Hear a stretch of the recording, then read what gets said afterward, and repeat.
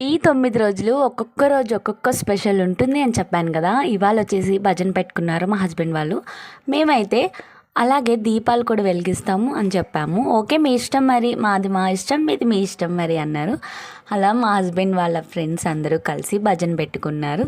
వాళ్ళ వైఫ్స్ మేమందరం కలిసి ఇలా దీపాలు వెలిగించుకున్నాం అదే రోజు.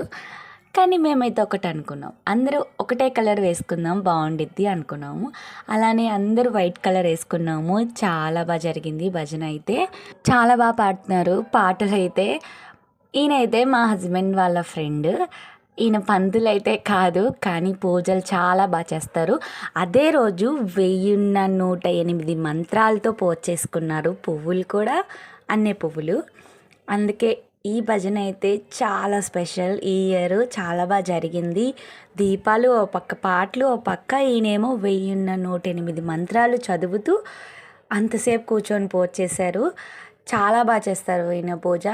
ఎవ్రీ ఇయర్ వీళ్ళు పంతులకైతే పిలుచుకోరు, ఈయనే పూజ చేస్తారు. మా హస్బెండ్ వాళ్ళ ఫ్రెండు చాలా బాగా చేస్తారు.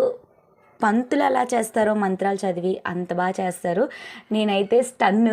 ఎంతైనా పంతులు వాళ్ళు చదువుతారు, కానీ మనలాంటి వాళ్ళకి అన్ని మంత్రాలు అంటే కొంచెం కష్టం కదా అనిపించింది నాకైతే. నేను అందుకే కొంచెం స్టన్ అయి చూసా, కానీ చాలా బాగా అనిపించింది అంతసేపు అంత బాగా కూర్చొని చదివినందుకు. లాస్ట్లో అయితే హారతులు కూడా తీశారు, చూసేయండి.